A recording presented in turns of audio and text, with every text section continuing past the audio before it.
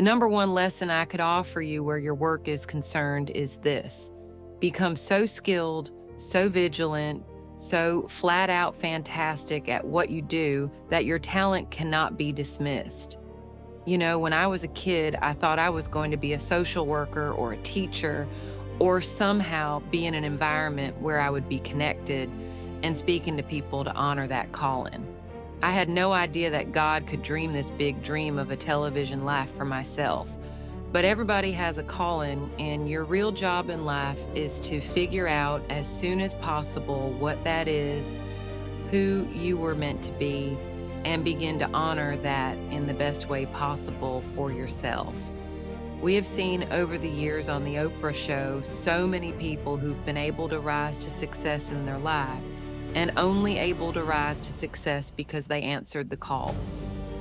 Lots of people think that it's about being famous or about being known or about doing big, incredible things. What you're going to hear today and see through the stories is that sometimes the calling is right in your own neighborhood. Sometimes the calling is something that was just a whisper to you. And when you begin to honor that whisper and to follow that, you end up being the best that you could be. I actually thought at the time that being thin made me better. My identification with form, my wanting so desperately to be in a size 10 jean, was so prominent, identifying with that shortly after this I gained 5 pounds. I was invited to a party at the time by Don Johnson. Remember dreamy Don Johnson? I was invited to a holiday party, and I did not go to that party because I thought the 5 pounds made me too fat, not good enough to be at Don Johnson's party. Sounds kind of sick now, I know, but that's what the ego does. It is sick, it's wily, it's cunning, it's deceptive.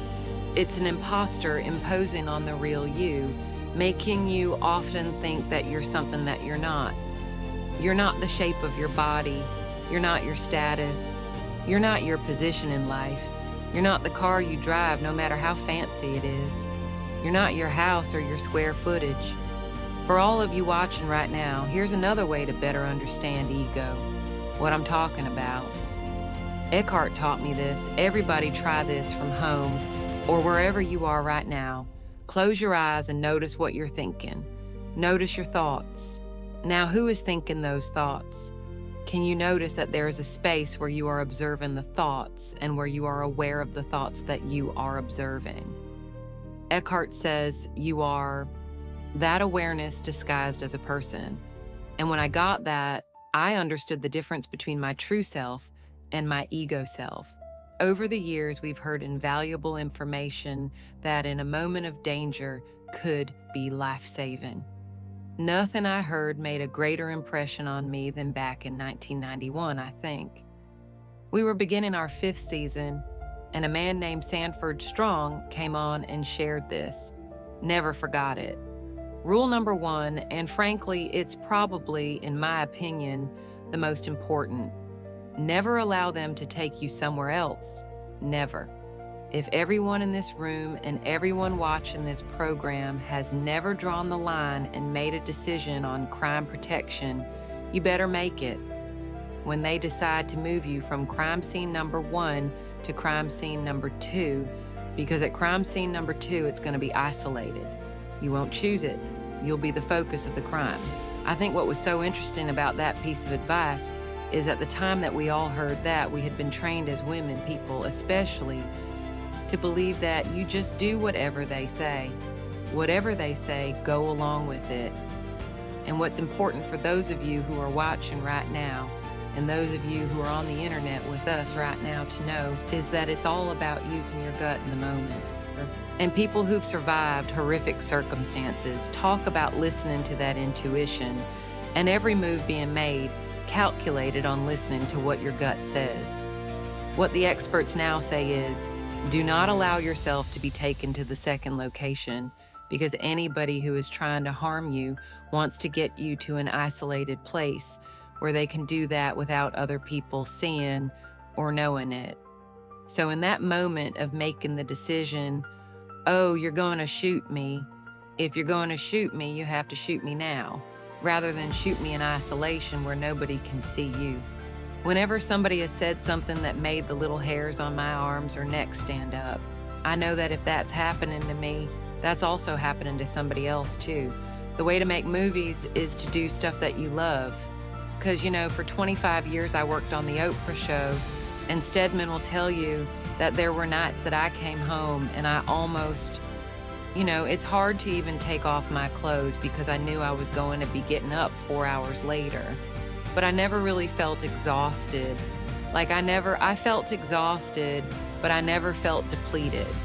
So do the work that comes straight from the soul of you, from your background, from stories that you've grown up with, from stories that bring you passion, from stories that you not just yearn to tell, but that if you don't tell them, they won't get told. And when you are operating, the single greatest wisdom I think I've ever received, other than when people show you who they are, is that the key to fulfillment, success, happiness, contentment in life is when you align your personality with what your soul actually came to do. I believe everybody has a soul and has their own personal spiritual energy. So when you can use your personality to serve whatever that thing is, you can't help but be successful. So if you do films that come from the interior of your soul, you do work, you do art that comes from the interior of you, you cannot miss. It's only when you're doing stuff that you think might make money, you think it may be a hit, or you think it may bring you some level of attention or success that isn't what does it. I would have to say that all of the great, wonderful experiences of my life that have brought me to this moment have come from working from the interior of myself. And so that's why it feels so authentic, because it actually is so. When you do that, you'll win. And everybody has a different talent. And the reason we're all so messed up is because you're looking at everybody else's talent and wishing you had some of their talent. All the energy that you spend thinking about, wishing about, being jealous of, envious of anybody else is energy that you're not only putting out, it's going to come back to you negatively, but you're taking that away from you. All your energy should be focused on, what do I have to offer? What do I have to give? How can I be used in service? Because Dr. King's message of not everybody can be famous, but everybody can be great, because greatness is determined by service. And there is not a job in here that you can do that you don't switch the paradigm to service and not make that job more fulfilling. I don't care what the job is. If you say, I'm a singer, I'm a dancer, I'm an artist, I'm a teacher, I'm a nurse, I'm a doctor, I'm a janitor, I'm a clerk. If you say, if I look at this from how do I use this in service to something bigger than myself, it no longer becomes a job. It becomes an offering to the world. I first started making money, and it was, my salary or my earnings were published all over the place. I mean, the first year I was like, really, did I make that much money? Oh my God. It was very difficult for me to figure out where my boundaries were because I'd grown up poor and didn't have anything. So it's easy when you don't have anything and people ask you for money and they say, I need $500. You say, I don't have it because I'm just trying to get my rent paid. It's harder when your multi-billion-dollar salary is now in the paper and you get a lot of friends and cousins you didn't have before. So how do you set boundaries for yourself? I was having trouble setting boundaries for myself, for even strangers. People would just show up at my door in Chicago and say, Oprah, I left my husband, please help me. And I would, because she knows I have it. So what I learned is that, the reason why people keep showing up is because my intention is to make them think that I'm such a nice person that you can ask me for anything. You can get me to do anything. I'm going to say yes. I'm going to say yes. So when Stevie called me this time, I thought I'd try out my first no on Stevie. Let's start big. He wanted me to donate some money to a charity. And I didn't want to donate to the charity because I have my own charities and I care about a lot of people. But the problem is, when you have money, everybody thinks you just want to give to everything. So every letter I ever get starts with, we know you love the children. Yes, I do love the children, but somebody else is going to have to help the children. So I said to Stevie, no. And as a person who has that disease to please, I was waiting for him then just to say, I will never speak to you again. I will never call you. I will never sing a song for you. And he didn't. He just said, okay, it's okay. He said, okay, check you later. And what I learned from that is many times you will have angst and worry about things and put yourself in a state. Like someone said this morning, because our phone went off, they were mortified over a phone. I said, really? You will put yourself in a state when the other person really isn't even thinking about you. So learning that I could specifically determine for myself what the boundaries were for me, what I wanted to do, give my money, give my time, give of my service to who I wanted to give it to. When I did that, I get to make that decision. And just because you get 100 requests a week doesn't mean you have to try to fulfill all of that. Just because you have all of these demands on your time and on you doesn't mean that you have to say yes. You get to decide because you're the master of your fate, the captain of your soul, as William Ernest Henley said in Invictus. And understanding that really changed the meaning of my life, in that I was no longer driven by what other people wanted me to do, but took charge of my own destiny, making choices based upon what do I feel is the next right move for me. There was one woman, out of all the celebrities, out of all of the famous, non-famous, infamous people, one woman. Who was she? Her name is Tara Trent. Listen to the story. I'm going to try to shorten it for you. Tara Trent, born and raised in a village in Zimbabwe. 11 years old, she's doing her brother's homework. She wants to go to school. Her father says, no, you have to educate the boy first. Yep, that's right, that was the tradition. The boy has to go to school. You can't go to school. So she starts doing her brother's homework. She does his brother's homework. He goes to school. He gets all A's on his homework, yet he doesn't know the answers to the questions. The teacher comes to the village to say, what is going on here? This boy doesn't know the answers, but his homework's perfect. She finds out that Tererai, his younger sister, is doing his homework. She begs the father to let Tererai go to school. The father says no, she can't go to school. Finally, he marries her off. She marries at 11 and a half years old. She gets married. She has 3 children by the time she's 18 years old. A woman comes to the village from an NGO, Heifer International, and asks, what are your dreams? This is going to make me cry, finally. So what are your dreams? This child has never thought about what her dreams were. She says, write down your dreams. She writes down her dreams on a piece of paper, and she folds them in a tin can, and she buries them under a rock. The first dream was to be able to go to school, to go to a school in the United States of America and get a college degree. She ends up, through some miracle of the NGO, going to the United States. She gets a college degree. Yes, she gets a 4-year degree in 3 years, Tara Trent. She goes back to the rock in Zimbabwe. She writes her next goal on the piece of paper. She buries it under the rock. She writes, I want to get a master's degree. She goes back to the United States. She gets a master's degree. By this time, she now has 5 children. She's married to a man who still beats her. Incredible. She goes back to the United States. She gets her master's degree. After the master's degree, she goes back to the rock in Zimbabwe. She writes down her final goal is to get a doctorate degree. And last year, she became Dr. Tara Trent.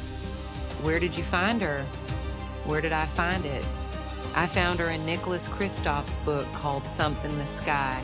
Underneath the Sky or the Sky, I found her in Nicholas Kristof's book. Incredible, incredible. And I was reading the story. I had Nicholas Kristof on the show. Nicholas Kristof, the famous New York Times writer, and she wasn't there. She wasn't a part of the I'm reading the story. I can't believe this book, the story of this woman as I'm reading the story. So when we go to do the show, the producers have Nicholas Kristoff on. They bring on other guests, but this woman isn't there. I go, how could you not have her there? So we tape another show with Nicholas Kristoff. We go back, I go, we're going to find that woman, Terreri Trent. By this time, she's living in the United States. We followed her back to Zimbabwe, to the rock. We pulled the tin can from underneath the rock. And that is my favorite guest of all time.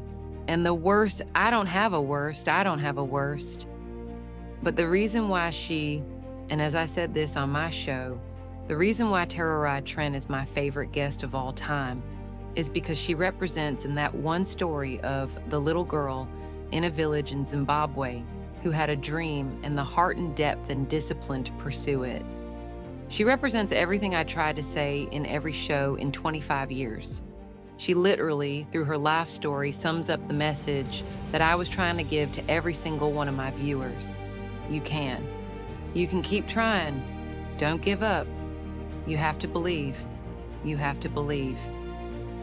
Over the years, the centuries, so many teachers and poets and songwriters have talked about the significance of knowing yourself. I know we've all heard, "To thine own self be true," Shakespeare, or "Learning to love yourself is the greatest love of all," Whitney Houston.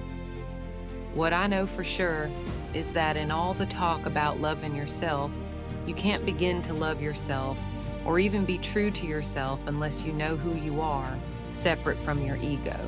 So think about this for a moment. You're at home, listening, watching to me, and taking in the thoughts that I'm sharing right now. And there is an inner space that allows you to perceive these thoughts. Little, not even a space. I'm just using the word space because there is no other word. There is the ability to perceive what I'm saying and be aware of what I'm saying. That is where the true you abides, in that awareness, in the very center of yourself.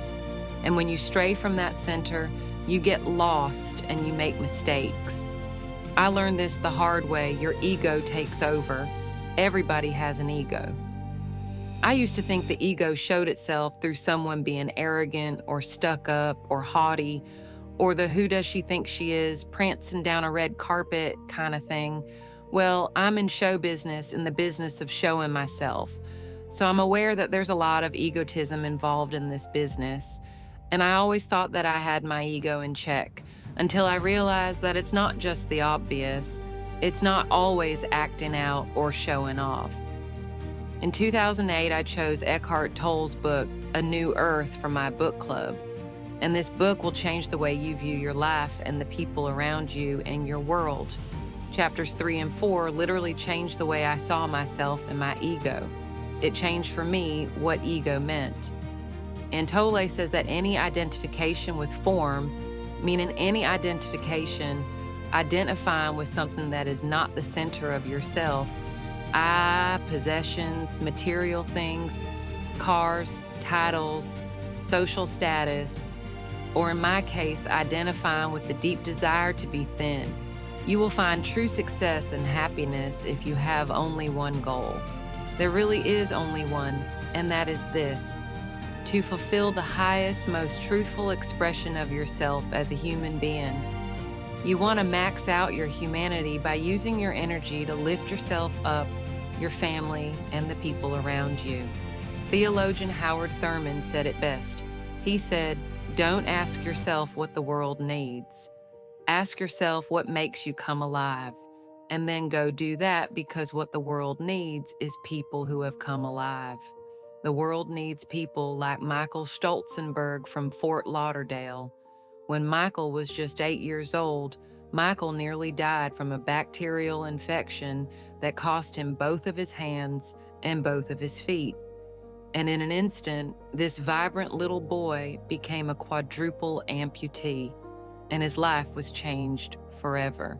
But in losing who he once was, Michael discovered who he wanted to be. He refused to sit in that wheelchair all day and feel sorry for himself. So with prosthetics, he learned to walk and run and play again. He joined his middle school lacrosse team. And last month, when he learned that so many victims of the Boston Marathon bombing would become new amputees, Michael decided to banish that darkness with light. Michael and his brother Harris created MikeysRun.com to raise $1 million for other amputees by the time Harris runs the 2014 Boston Marathon. More than 1,000 miles away from here, these two young brothers are bringing people together to support this Boston community the way their community came together to support Michael. And when this 13-year-old man was asked about his fellow amputees, he said this: "First, they will be sad. They're losing something they will never get back, and that's scary. I was scared. But they'll be okay. They just don't know that yet. We might not always know it. We might not always see it or hear it on the news or even feel it in our daily lives. But I have faith that no matter what, class of 2013, you will be okay. And you will make sure our country is okay. I have faith because of that 9-year-old girl who went out and collected the change. I have faith because of David and Francine Wheeler. I have faith because of Michael and Harris Stolzenberg. And I have faith because of you, the network of angels sitting here today.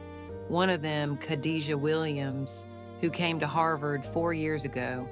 Khadijah had attended 12 schools in 12 years, living out of garbage bags amongst pimps and prostitutes and drug dealers, homeless, going into department stores, Walmart in the morning to bathe herself so that she wouldn't smell in front of her classmates. And today she graduates as a member of the Harvard class of 2013. Nobody's journey is seamless or smooth. We all stumble. We all have setbacks. If things go wrong, you hit a dead end, as you will. It's just life's way of saying, time to change course. So ask every failure, this is what I do. Every failure, every crisis, every difficult time, I say, what is this here to teach me? And as soon as you get the lesson, you get to move on. If you really get the lesson, you pass. And you don't have to repeat the class. If you don't get the lesson, it shows up wearing another pair of pants or skirt to give you some remedial work. And what I found is that difficulties come when you don't pay attention to life's whisper, because life always whispers to you first. And if you ignore the whisper, sooner or later, you'll get a scream. Whatever you resist persists. But if you ask the right question, not why is this happening, but what is this here to teach me? What is this here to teach me? It puts you in the place and space to get the lesson you need. My friend Eckhart Tolle, who's written this wonderful book called A New Earth, that's all about letting the awareness of who you are stimulate everything that you do. He puts it like this. He says, don't react against a bad situation, merge with that situation instead. And the solution will arise from the challenge, because surrendering yourself doesn't mean giving up. It means acting with responsibility. Okay, many of you know that, as President Hennessy said, I started this school in Africa, and I founded the school where I'm trying to give South African girls a shot at a future like yours, Stanford. And I spent 5 years making sure that school would be as beautiful as the students. I wanted every girl to feel her worth reflected in her surroundings. So I checked every blueprint. I picked every pillow. I was looking at the grout in between the bricks. I knew every thread count of the sheets. I chose every girl from the villages from 9 provinces. And yet, last fall, I was faced with a crisis I'd never anticipated. I was told that one of the dorm matrons was suspected of sexual abuse. Well, that was, as you can imagine, devastating news. First, I cried. Actually, I sobbed for about a half an hour, and then I said, let's get to it. That's all you get is a half an hour. You need to focus on the now, what you need to do now. So I contacted a child trauma specialist. I put together a team of investigators. I made sure the girls had counseling and support, and Gail and I got on a plane and flew to South Africa. And the whole time, I kept asking that question, what is this here to teach me? And as difficult as that experience has been, I got a lot of lessons. I understand now the mistakes I made because I had been paying attention to all of the wrong things. I built that school from the outside in, when what really mattered was the inside out. So it's a lesson that applies to all of our lives as a whole. What matters most is what's inside. What matters most is the sense of integrity, of quality, and beauty. I got that lesson, and what I know is this, that the girls came away with something too. They've emerged from this more resilient and knowing that their voices have power. There's a bigger dream waiting for you, just waiting for you to step into it. Your life is big, your life is huge, and we spend so much time wanting to be in somebody else's life, and you don't get honored, you don't get revered, you don't get celebrated wanting what somebody else has. Because that which created you, divine intelligence, dreamed you before your ancestors ever knew they would become your ancestors. That which dreamed the seed of you wants you to know how special, how wondrous, how mysterious, how complex, how glorious, how phenomenal you are. And you get no credit messing and stuff somebody else's territory or trying to have power over something you have no control. Another one of my favorite teachings is The Wizard of Oz. When the Wicked Witch of the West says, "Go away from here because you don't have any power here. You have no power in any territory other than your own. Oh, but you are the master of that. You get to be the master of your own fate. You get to be the captain of your own soul.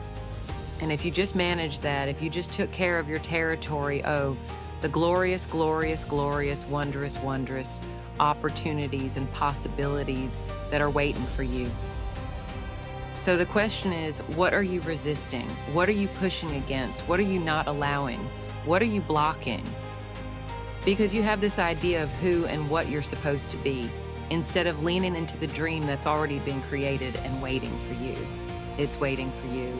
And the second, it's an instant thing. It's a shift in the way you see yourself and the power from which you have come.